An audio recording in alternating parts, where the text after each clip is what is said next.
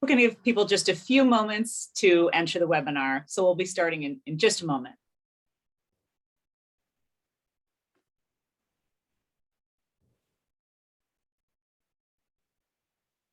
I want to welcome everyone to our exclusive speakers series for the Milken-Motsepe Prize in Agritech.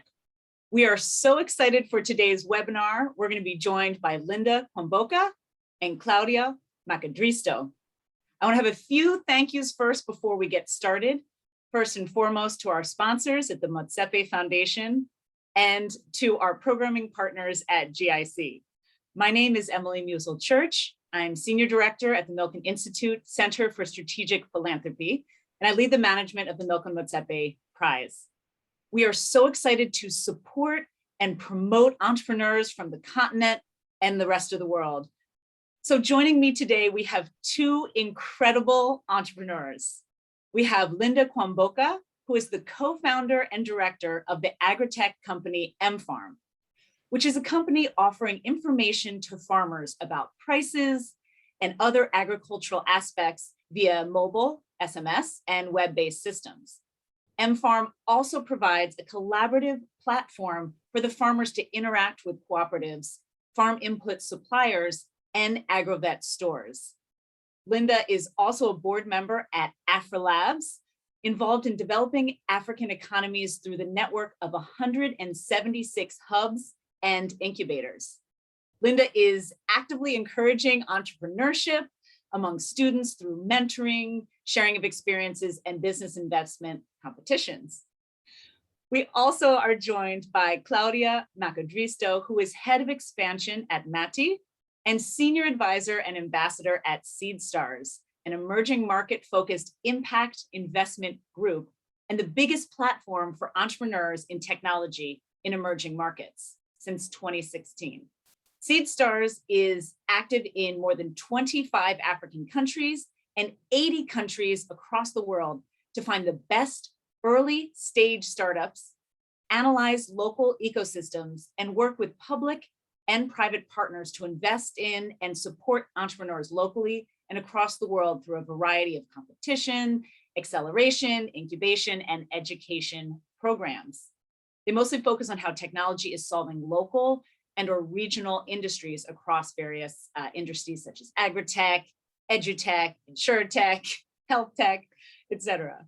So we will begin with a bit of a conversation with Claudia and Linda today, but we are going to save time for questions. So please feel free to put your questions in the Q&A box that you'll find at the bottom of your screen. If your question goes in and you see it's not there anymore, it is just because it is going to another platform where we can see it. So do not worry. We are still getting your questions. Please keep our questions focused on today's speakers. Any questions you have about the Milken-Motsepe Prize in Agritech and how to submit, please feel free to go to our help desk on your portal, or you can email us at mmprize@milkeninstitute.org. So without further ado, our very first Milken-Motsepe Prize is focused exclusively on agritech technologies and innovations. So Linda, I want to start with you. MFarm really exemplifies that goal. How have you harnessed the power of mobile technology that's literally in the palm of people's hands to be able to connect smallholder farmers with information? Well, thank you, Emily. I believe that timing was quite interesting for MFarm, because by the time we were starting our solutions and putting our products into the market, we did have financial technology supporting that wave and helping people to see why it's important to have tools to help them exchange information and even go further to make sure that they can transfer money securely. So for us, that trigger really gave us an opportunity to also have our services riding on the mobile phone. One of the things for sure is that if someone is able to transfer funds using simple USSD processes and utilize short message services to understand how immediate that transaction looks like, they can be able to enjoy other services. So that is for us in Kenya. However, people say that Kenyans are a bit peculiar. So we had to make sure that we are still exploring this opportunity of using the mobile phone, but we are very lucky that to see that the mobile phone has become something very essential in Africa, in the world. And we're seeing that the mobile phone is also getting smarter by the day. So there's more information that we can be able to utilize. However, it comes with its challenges, I will say, because if you're using short message services, you can only limit your services to certain number of characters. So that means you have to start designing your text messages in such a way that it's very natural. So we've had to utilize a lot of user experience for very simple things, so that the utilization of these services on the mobile phone can be as natural as possible, and they don't have to seem as extra work for the farmers because they already have a lot of work to do. However, what it has helped us to do is to ride on services such as price information transparency, which becomes an opt-in service. And then also we are looking at information flow, such as availability of markets. So essentially what MFarm does is to support information flow as well as helping farmers to connect directly to the market. So that information flow to alert them on availability of market, helping them with traceability, assisting them to understand critical operations and activities they need at different production periods. I will say the mobile phone has been quite essential and efficient, but we do not also disregard the utilization of voice, because they do call the office, they do ask for more information. So you always have to have those time to time people on the ground to have those in-person conversations, and also you cannot get completely rid of voice services as well. But we've been very lucky that I will say financial technology really opened up the doors for us. Yeah. Great, thank you so much. Claudia, for you, you've advised many entrepreneurs and you're now helping businesses really build an economy of trust at Mati. Can you talk about the advice that you give to seed and growth stage companies around getting ready for investment and how they can make sure they're ready for growth? Yeah, sure. Yeah, I think I actually have to split that question a little bit in two, right? So one is kind of like the build part and the growth part, and then there's this other side, which is investment to it as well. Look, I think that overall, at the core, it is so important that whatever industry that you're in, whatever it is that you're building, you're actually building for the market, right? And that what you're providing is essentially market centric.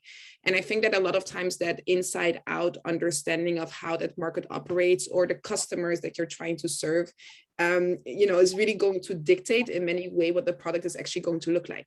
So a lot of times when, you work with entrepreneurs, they come in, they have this, this amazing idea, right, of how this product should look like. And then they kind of did not, or some of them did not really do their full homework on actually testing out to what extent that they will perceive it, how they will use it, especially when we deal with trust, right? Like, what is it that they distrust when you're trying to solve, for example, a trust issue? And I think a lot of what Linda was just kind of like touching on, right? Like the UX, the design, how do you take these local considerations into account? They become extremely important. So I think the number one advice is just always make sure that whatever you build is market driven and it caters to the type of customer that you want to have or the beneficiary that is there, and that you understand that beneficiary inside out. That then basically affects the product or influences the product design. And I think when you have an interesting product design then that basically has that match, then your traction starts to follow, right? And once traction follows, this is where obviously it becomes very interesting for, investors to actually come in. Because from the investment point of view, we might not necessarily look that much at like the inside out. Is this product actually, you know, perfect? We're going to look at, is there actually demand for whatever you brought to life, right? And how do the numbers actually speak on that? So in some ways that all falls together. And again, I just want to emphasize that that doesn't mean that we now have to go and build a perfect product from day one. I have seen products that are not maybe the most sophisticated products, but they were basically exactly catering to a need of the customer. Whereas I've seen the most amazing designed products that again did not take the market into account. And I think the numbers show it, and it will also affect your investment capabilities later down the line. Great, that is very helpful. So I want to actually stay on this thread where we're talking about advice. So Linda, you and MFarm are actually prize recipients. And since we know people are here watching, are part of the Milken-Motsepe prize, you seeded MFarm with a prize award from IPO 48 development competition. How can prize money or any sort of initial award that you get, that sort of capital, be catalytic for entrepreneurs? I will say we started from 100 users. So a bit of description on how we got to get the prize money. So we had a 48-hour hackathon, and we had previously been working online with different mentors. And finally, we were able to start putting proof of concept within 48 hours as we built our solution. So it was not perfect at all. So to what Claudia is saying, we were able to demonstrate how a short message service can be transmitted from a farmer to a retailer in the open air market. And we were able to demonstrate that 100 retailers were demanding for supply from us. So within 48 hours, we went out into the market, got some users on board, sold our very young value proposition to them. And we were very fortunate to convey the value of our solution, and were able to receive $10,000. So as a student back then, it was so exciting until you realize $10,000 really can get you so far. But what it helped us to do was to give us a 6-month runway. So it is easier to bootstrap when you're younger, of course, because there's a whole support system around you.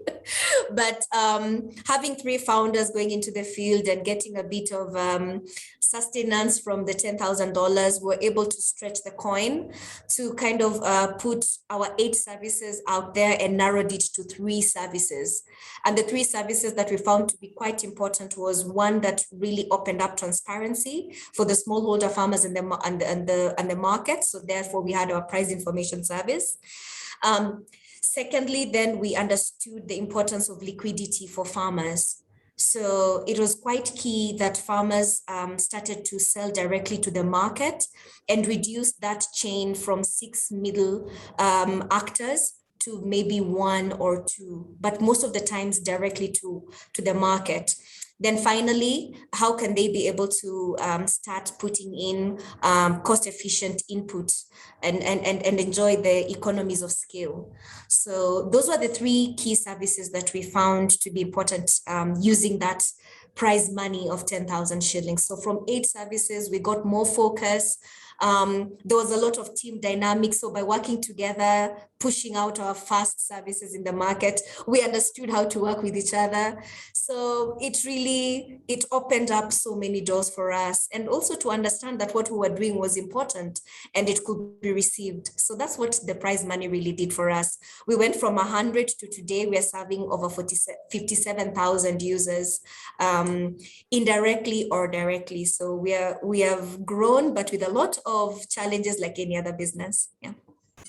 Wonderful, thank you. And for Milken-Motsepe Prize in Agritech, as most people on the line know, those who make it through the first round, 25 teams will get $10,000 US to get started before they begin their field test.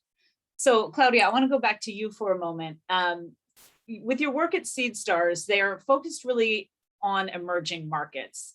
How do you design inclusive entrepreneurship programs? And do you have any specific examples that you might share? Oh, you're on mute. Yeah, no, that's a good question. I think, again, right, like where it was just saying, as to what's the advice that you give to entrepreneurs. I think, we obviously on the entrepreneurship education side have to give and follow that advice for ourselves as well, right? And I think that the space is interesting because the space has been evolving so fast, especially in Africa over these past years. So I remember about 6 years ago, I was traveling through Africa, and I could count the number of ecosystem support organizations locally and even regionally on a couple of hands, right? And I remember a couple of months ago, I was looking at the database and there's over 1,000 incubators, accelerators, support organizations that, are actively supporting entrepreneurs. And I'm just saying this just to speak how fast that space has grown. And I think what it forced us to do, obviously, as an organization at Seedstars is to also constantly evolve, right? Innovation goes fast. So what we did 5 years ago, we cannot do today anymore. And I think in the design of, our programs over the years, what we learned is a couple of things, right? So, inclusivity is obviously important, but how do you deal with it beyond the surface? So for example, if we talk about inclusivity from a woman point of view, right? What does that mean? Are we just here to tick a box? Or how do we actually, sit down and are sincere about our efforts? And are we here able to understand all these different barriers that, women entrepreneurs on this continent face? So that is one thing that, we had to really sit down and actually conduct a lot of research on. And a lot of what we thought was that we did maybe right or in the good way, you actually start to put a deep dive in that you're like, oh, whoa, that's maybe, we are also guilty of like that bias, even though we don't think we are. And then how does it essentially trickle down in terms of representation, mentors, experts, etc. So I think inclusivity is, we at Seedstars dealt with inclusivity on the gender part, but then also on, geographical, right? So a lot of the agricultural entrepreneurs that we had whenever we would go and we do a program, which was usually in the capital, right? Like these guys were typically close to where their business is, which is, somewhere in the countryside, right? Like they're doing agriculture, farmers, etc. So, how do we then design programs in a way that it can still cater to people that are not necessarily by upbringing or by circumstance, by business, not where we are actually able to deliver these programs. So I think there's a lot of lessons along the way, but I would say more concretely, what we realized for us as an organization is that it's very important even that we start at the talent level. So we would in the past always start with, incubation, acceleration. So incubation, it would be the earliest stage where somebody already has an idea. But if you look at it from a supply point of view, again, across every industry, agriculture especially, there's just not enough agri-tech entrepreneurs yet, right? So those individuals that are going to come up with those ideas, again, it starts at the talent. But then if you go a little bit further for the guys that actually, women, gentlemen and women that then, manage to get a higher growth startup, they start to get issues, right? Because they want to hire talent, and the talent that they might want to hire might not always have like the right skills, right? So that talent development at the earliest stage is, I think, very important for supply, and making sure that in that talent nurturing, it is inclusive. For the early stage, more supply of entrepreneurs as well as the later stage. Great, thank you for that. And it's unfortunately very rare to have an all-female panel talking about entrepreneurship. So Linda, I actually want to turn to you as a female founder. Claudia brought up talking about the gender in terms of inclusivity. Of course, there's lots of different types of inclusivity, but as a female founder, do you have any specific advice to either female registrants or people who are looking at investing? So what was your pathway as a female founder? Sometimes you might not understand what's going on, so you start doing a bit of research and you wonder why, as much as you're seeing, yes, we have more women who are being supported, because around me, I do see more women entrepreneurs and founders. But then the more you get into boardrooms and serious money, you realize especially when I'm trading, I have to have sales conversations with procurement managers. I'm mostly meeting men. I'm always following up on debt from male counterparts in the industry. And I'm not seeing enough women whenever I'm having an issue. So that makes me try to find out what's going on. And when you research, you realize that out of 10 companies that are being funded, probably you only have one or two women entrepreneurs or women-led companies being funded. So more visibility in terms of the commercials and making sure that money gets into those businesses so that we can see more faces is one of the things that I would advise financiers or investors to really look at. And sometimes women are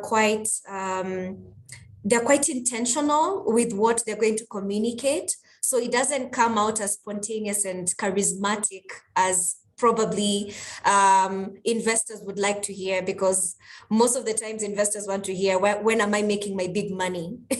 And women are quite careful on how they're communicating and making sure that it's quite intentional. That is an observation that I have made over time. And to the women entrepreneurs, as Claudia has said, and I'm sure you've had all these conversations, you don't have to wait for something to be perfect.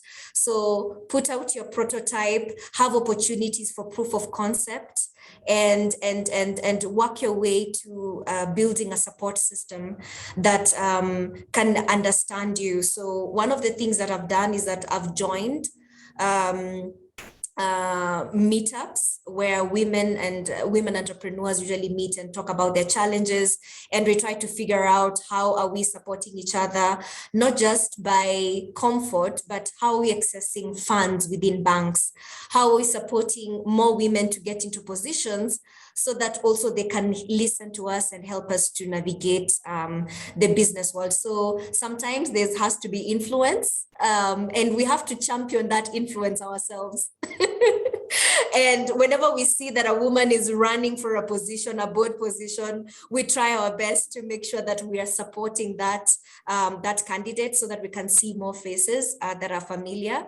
But also, in addition to that, I would say that within the policy framework, and I'm sure GIC, Milken Institute, and other organizations or even DFIs who are coming in to support, there are policies that then can support more funding and more structure to go into women-led initiatives.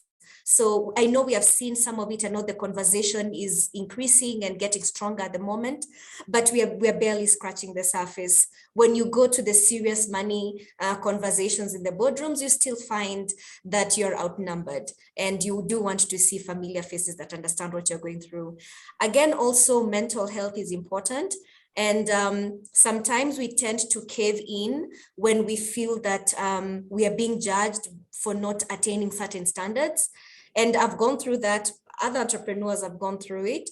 But the most important thing is to realize at the end of the day, you're an entrepreneur. So if you have an issue as a female founder, it's okay to find groups where you can be able to have this conversation and ask for help and assistance, just like any other entrepreneur. Don't cave in, but talk more and try to find out solutions with what other entrepreneurs have tried to do in terms of navigation. I would say that there's no one sure advice because I've not got it right yet. But I do know we do tend to support women into positions of influence so that we can also get that kind of camaraderie that we're looking for. That to me has been one of the ways. And to be honest, this panel is one of the ways. So good job to GIC and Milken. So I would say that's a good start. Thank you. Yeah. Thank you for that advice and honesty too. I mean, there's a really human piece to it. Sometimes we talk about numbers, percentages, but it's, ultimately we're all human beings trying to go out and do some good in the world. So it's really helpful to hear about your journey as an entrepreneur. Claudia, from the other side, there's a trend really, sort of a rise in female entrepreneurs and as well as investors, and particularly in the continent. And you spoke earlier about sort of the shifting landscape really quickly in entrepreneurship. So from the investor side, can you talk a little bit about some of these changing trends or things that people might be looking for? Yeah, for sure. I think when it comes to, for example, the topic of gender and inclusivity, I think obviously within what has just been happening in the world, right? So diversity in terms of, like different, let's say, genders, different representation. I mean, I think 2021 and even 2020 just in the world was such a important moment, I think, for people to actually take a step back and really realize, like, hey, diversity and inclusion is important. And not just important, again, from a superficial, we want to show it level. It's important because it actually has business benefits, right? It actually has economic benefits. It is profitable to support women entrepreneurs. It's profitable to work on diversity and inclusion. So it's not just we're here to like do well and again, tick some boxes. And I think that there's still a lot of work that needs to be done. And, Linda was just mentioning that, as a female entrepreneur, it's very important to kind of find your group of other females and, kind of like rally around each other. And while I 100% agree with that, at the same time, it's also so important to have these men be part of the conversation, especially when it comes to, on the investment side, right? Where a lot of these men, again, this is changing. So gender inclusive investment, is an actual becoming a thing, and practices around it are being developed and improved, etc. But still, if a man is on the table making the final investment decision, and he is even maybe not aware that there exists some type of bias, right? That's a problem. So I think from our side at Seedstars, as much as we work with entrepreneurs, we also actually work with a network of investors. So a big thing of what we try to do there, or still working on, is how do we make them see the opportunity? So how do we showcase the opportunity? Again, not just about ticking a box. It's like, hey, this is going to have a return on investment, right? But then there's also some nuances, right? So if you look at the statistics, for example, you'll find that, well, women entrepreneurs are, a good investment because they have on average a higher return on investment than their male colleagues, right?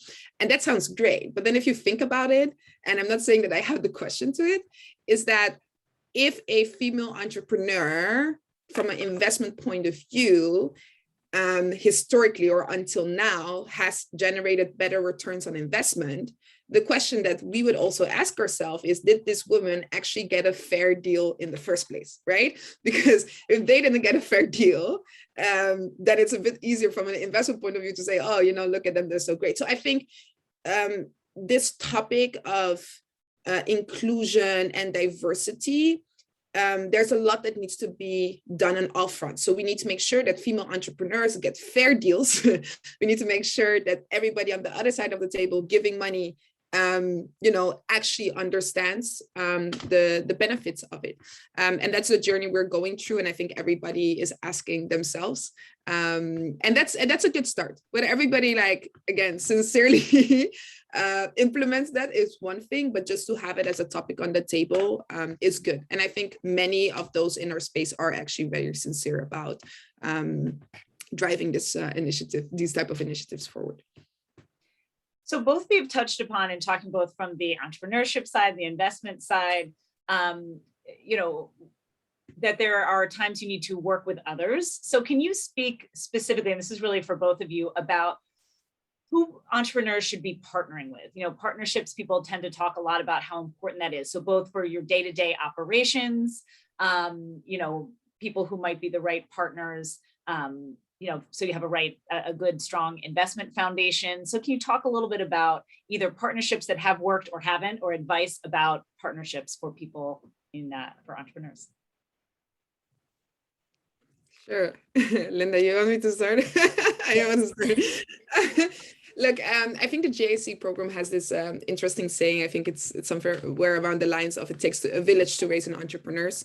And I think that's true. I think along the entrepreneurship life cycle, you need all types of stakeholders, around you, whether it's a family member, a friend that encourages you, the first person, the friends, family, and fools that might give you your first, investment.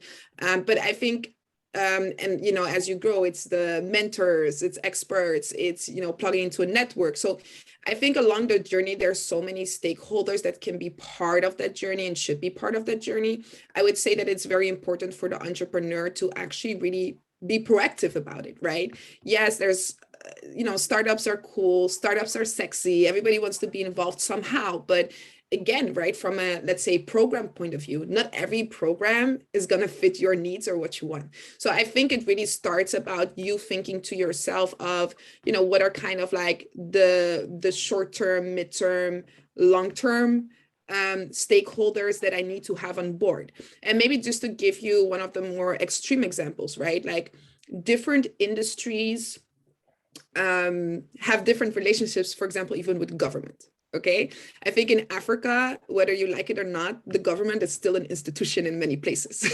So, there are certain things that even if maybe today there is no regulation around, different standards or other things, that you need to do that's relevant for your field, it might be coming.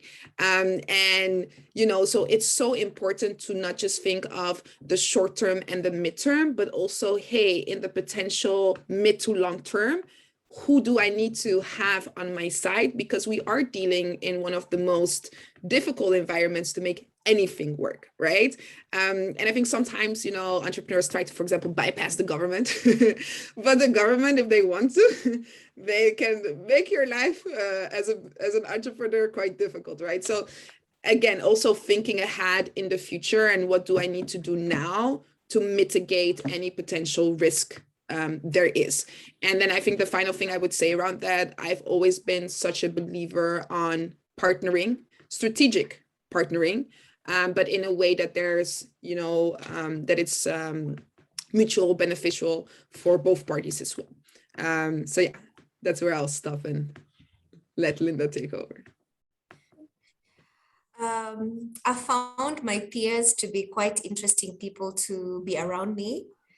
And most of the times, the biggest question that we've always had is payroll. Oh, payroll is like the devil. Because you've just finished paying salaries, and before you know it, you have to pay salaries like very soon in the next week. It comes very quickly. So when I'm talking to my peers, they're the people who actually can even lend you money for payroll. They're the ones who will actually tell you the banks that can give you, $3,000 worth of credit for you to take care of talent, because talent is getting those people who you've worked very hard to kind of communicate your vision and the culture and build the culture of the company together is quite difficult. So you don't want to lose them. The other point of support, I will say, in fact, the first one is making sure that you have the right people founding with you. So sometimes we might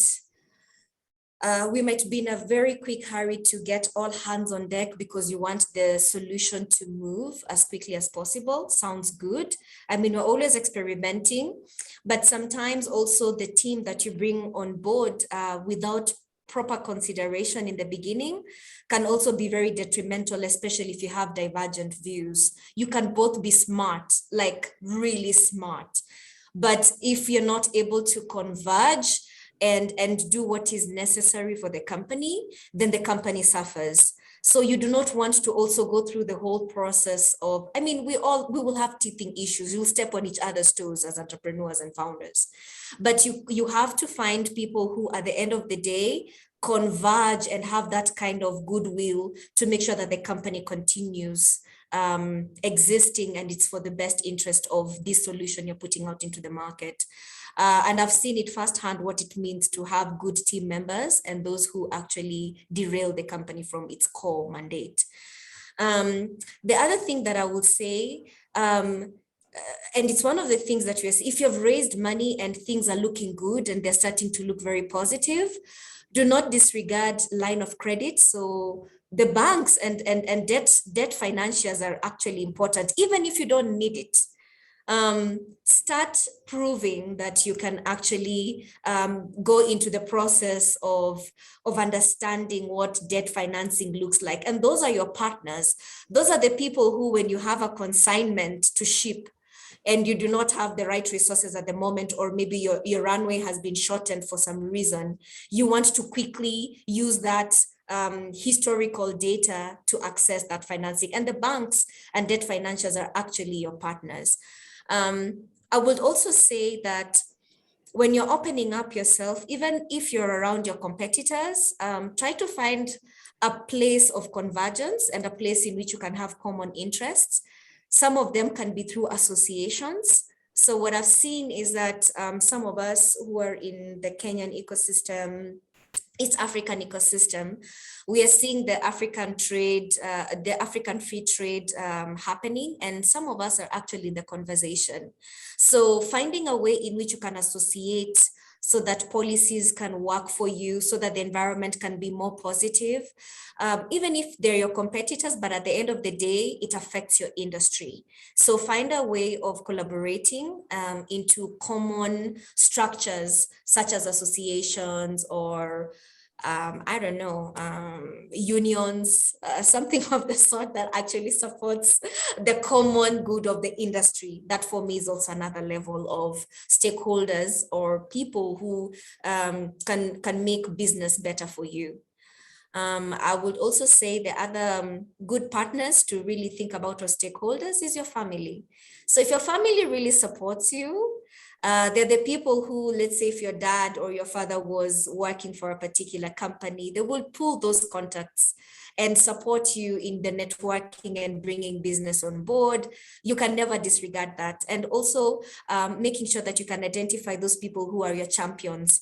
The people who, even at the end of the day, when business is very difficult, you as founders cannot agree. They're the ones who are helping you to come onto the table and discuss what can be good for your business. So an advisory board is a really interesting thing to look at. Try to find friends who are reasonable and they're quite, how do I say, I'm losing the word, but basically who are there to champion for your business and for your well-being. So an advisory board will be important, and more so if you go into the professional route when you're raising your money, try to find the kind of a board chairman who also wants to solve not just the commercials, but also the interpersonals. So that is also important. Those people are on your side. That's why you have a board chair and a professional team that has experience, basically smart money with you. And those are your mentors. So your investors can be your mentors, but also you can find other people outside who can just champion for you. And they have been through that route, or they're also walking the route with you. So mentors are important. And sometimes executive coaching is also interesting to have, because you want to be able to manage a team of professionals and people who have years of expertise, yet you're young in your business and you've not quite figured out. Getting expert coaching is also important. So I will say those are the people who I've seen to be useful over my time. Yeah. That's great. Also quickly on, just to echo Linda's point, I think a lot of times in the early stages, right, when you're just starting out, you might not have a lot, you think that everybody's kind of like doing you a favor, but I think that it's okay to have, this confidence, not arrogance, but this confidence that, what you're working on is great. And obviously you're there to learn, but I think everybody that crosses your path along the way, you need to also do the diligence on them, right? So it's not just about people coming to you, like you actually have to be selective. You need to know, like, to what extent is this person strategic, because, you don't want to have any dead weights in any type of partner, along the way. And I think the same goes for investors, right? Right now, there's a lot of money available for entrepreneurs in emerging markets, especially in Africa, right? I'm not saying it's easy to always access it, but it's there. There's actually more money available than there is demand for it. But it doesn't also mean that you have to, go in and accept anything from anyone that just wants to give you whatever it might be. So I think, yeah, and especially at the early stages, like be always critical, like, is this adding advantage, or is this gonna cause issues or dead weight or anything else? I hope everybody is taking notes, because this is such great advice, all the way from people closest to you, expanding your network, sort of all across the board, and how important it is from the beginning to really make sure you're surrounding yourselves with people who champion you and support the work and bring it up, and keep evaluating that. So thank you for that. We are getting a number of questions coming in. I do want to remind anyone who's watching, you can drop questions into the Q&A. We will do our best to get to these questions. So I'm actually going to move to a few questions here for you all. So the first one we got is, what guidance would you give to an entrepreneur who is creating a business model? What is the process for creating a successful business model?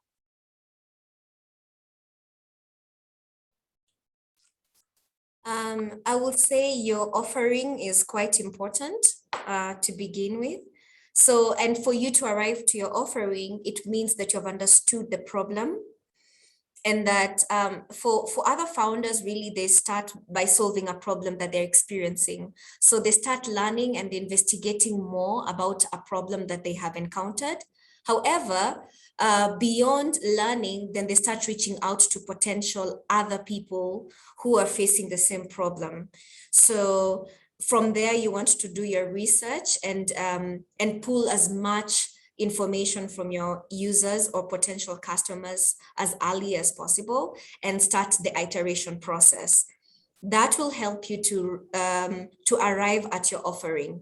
So your offering is the most important thing. That is one. So once you understand how valuable your offering is, you will see that people are willing to pay for it.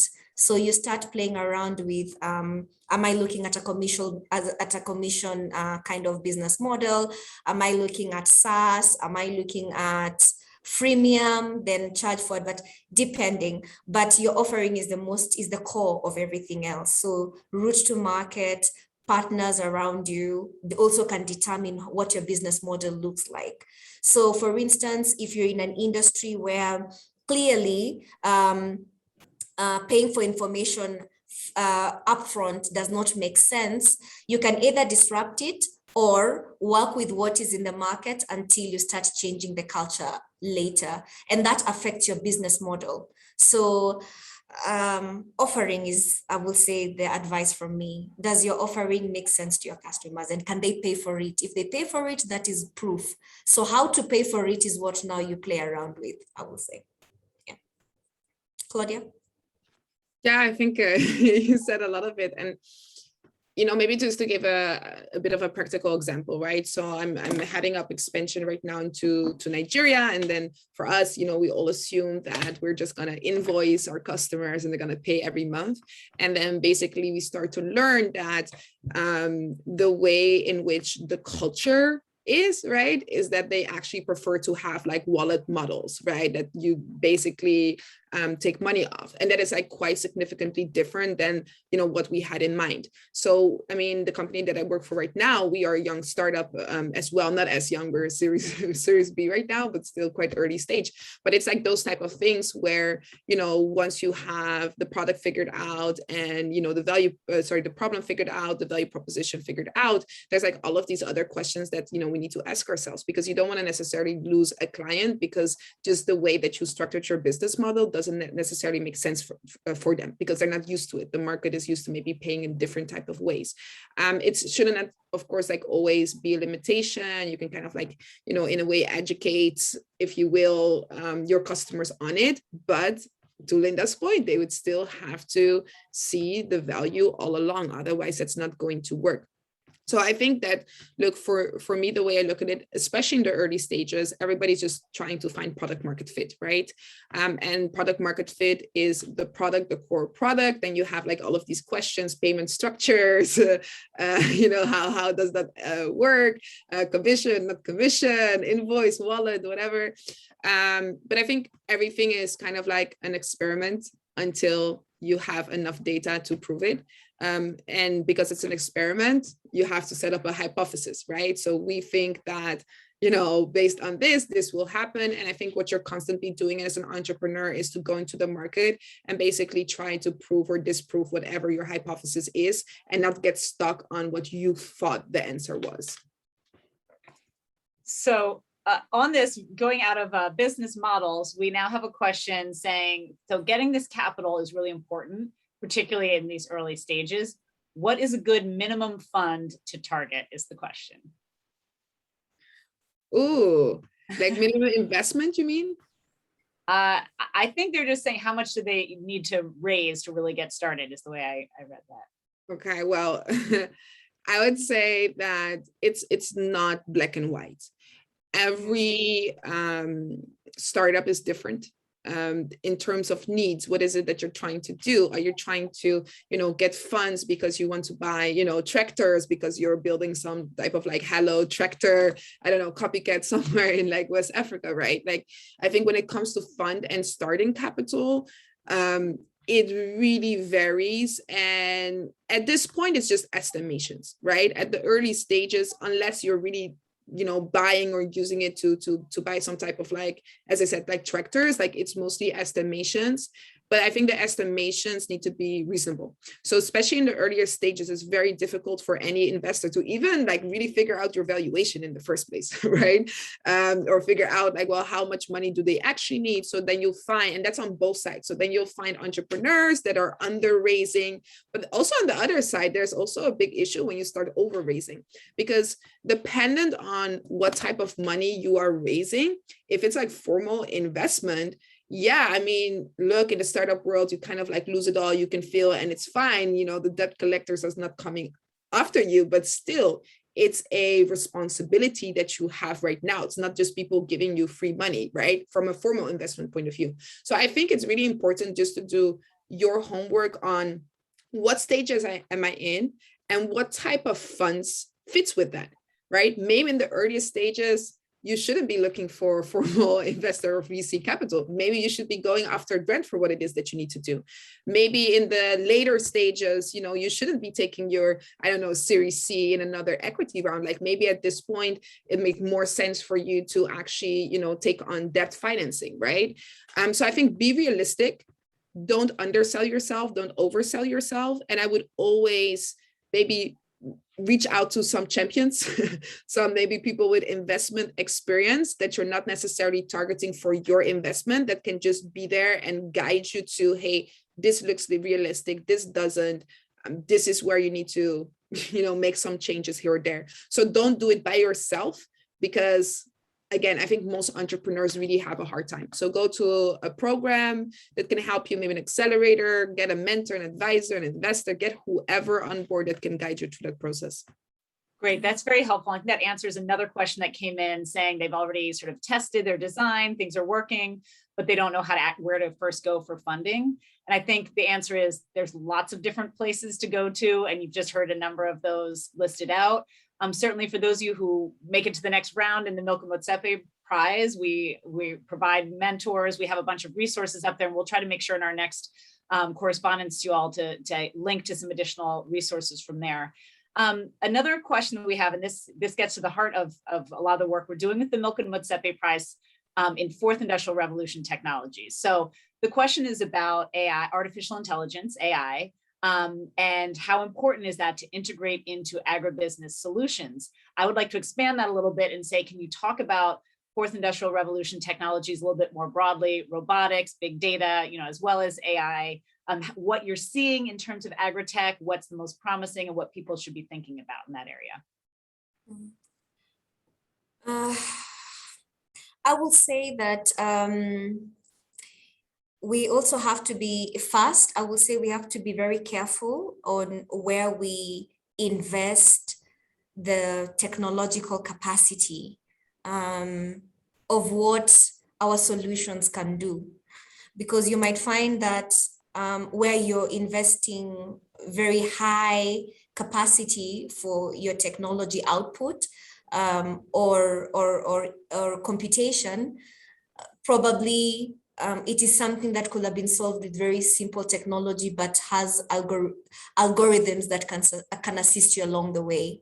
So for instance, where we were having the short message service, we did not go ahead to invest in machine learning in the beginning, but of course, as the industry is growing, we are growing along with it and changing how we're interacting with it.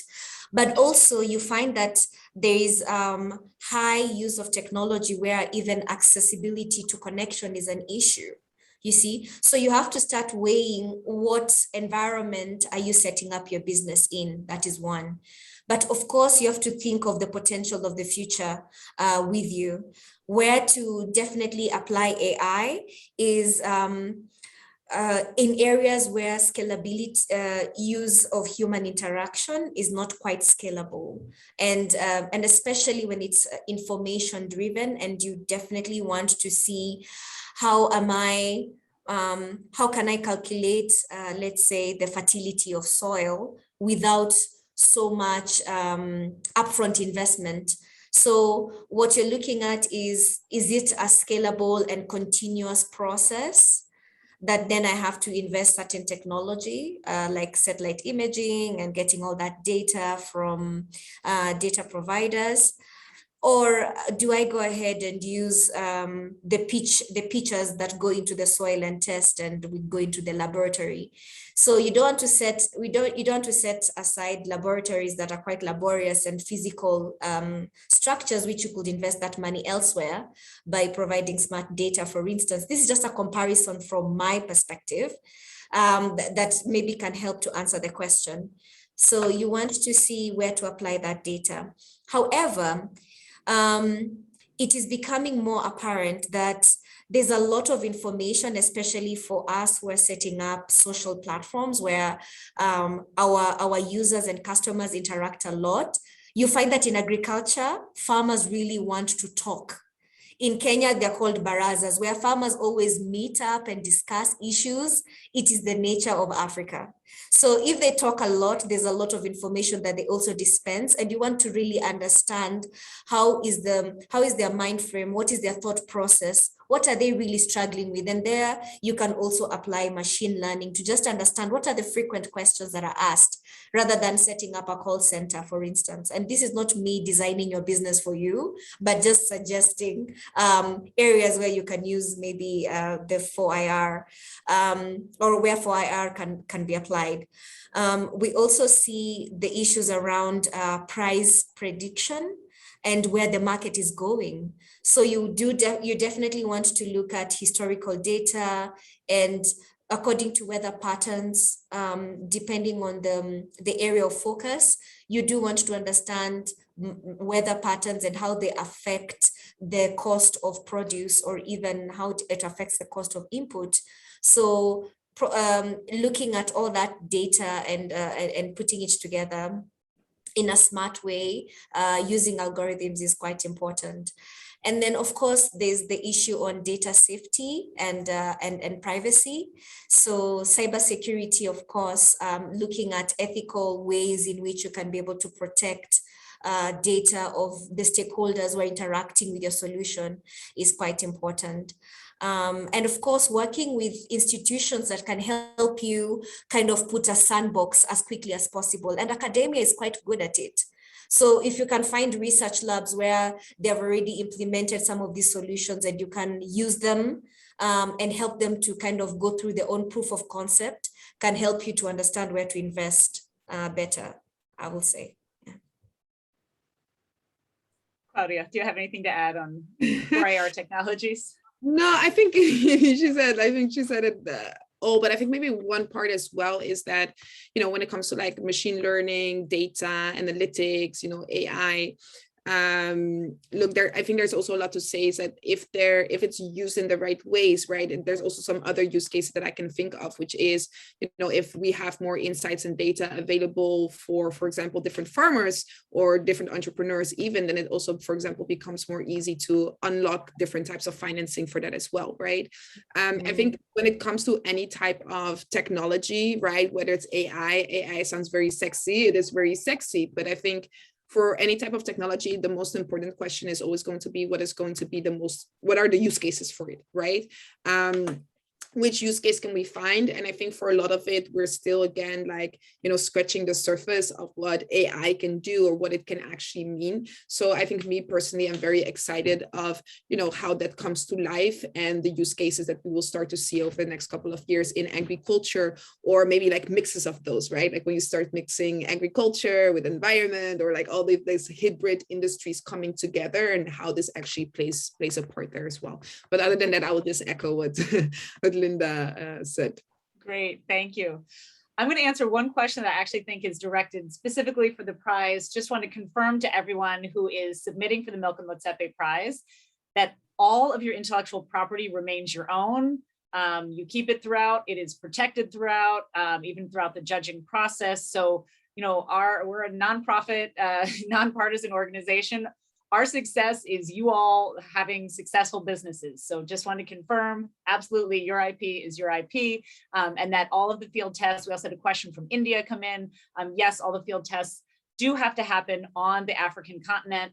Anywhere you can make partners in different parts of the continent to test. It's obviously an extremely diverse continent, so depending on different climate you want to test. Entrepreneurs can be from anywhere, but you will need to test your product to make sure it is working somewhere on the continent. We still have a few more questions, but I think at this point we might need to save this because we're so tempted to ask all and stay online with you forever, but you all have been so generous with your time already today. So we really want to thank Claudia and Linda for joining us today. Want to thank again the Motsepe Foundation, our programming partners at GIC, and all of you who joined us today or who are watching this recording later on as part of the Milken-Motsepe Prize.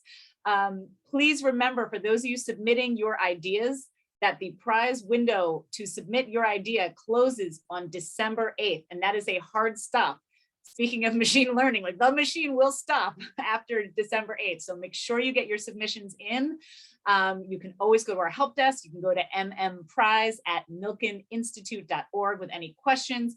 And I want you all to please mark your calendars for our next episode in this speakers series, which is going to be Hacking Innovation, the Story of a Serial Entrepreneur, with Kamran Elahian, who is the founder and chairman of Global Innovation Catalyst. So that is going to be on December 3rd. We will send you a reminder. But to Claudia and Linda, thank you so much for your work, for your entrepreneurship, for your mentoring, for your advice, for your wisdom. This was so great. We really appreciate, and we look forward to staying in touch with you and connecting with our entrepreneurs as we move forward. Thank you, everyone. Thank you for having us. Thank you for having us. Take care.